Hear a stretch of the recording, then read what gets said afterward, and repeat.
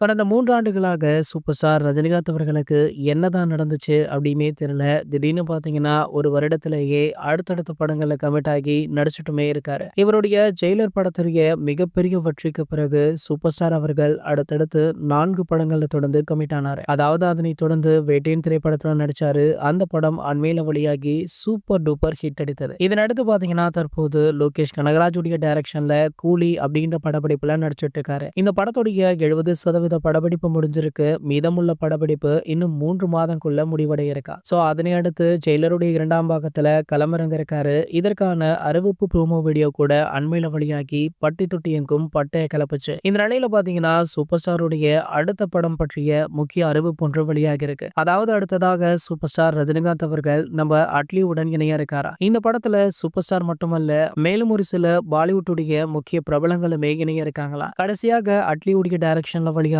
ஜவான் திரைப்படம் பாத்தீங்கன்னா பாலிவுட்ல ஒரு மிகப்பெரிய சாதனையா படைச்சது. இதனடுத்து பாலிவுட்ல இவருடைய டைரக்ஷன்ல நடிக்க பல நடிகர்கள் காத்து கிடக்குறாங்க.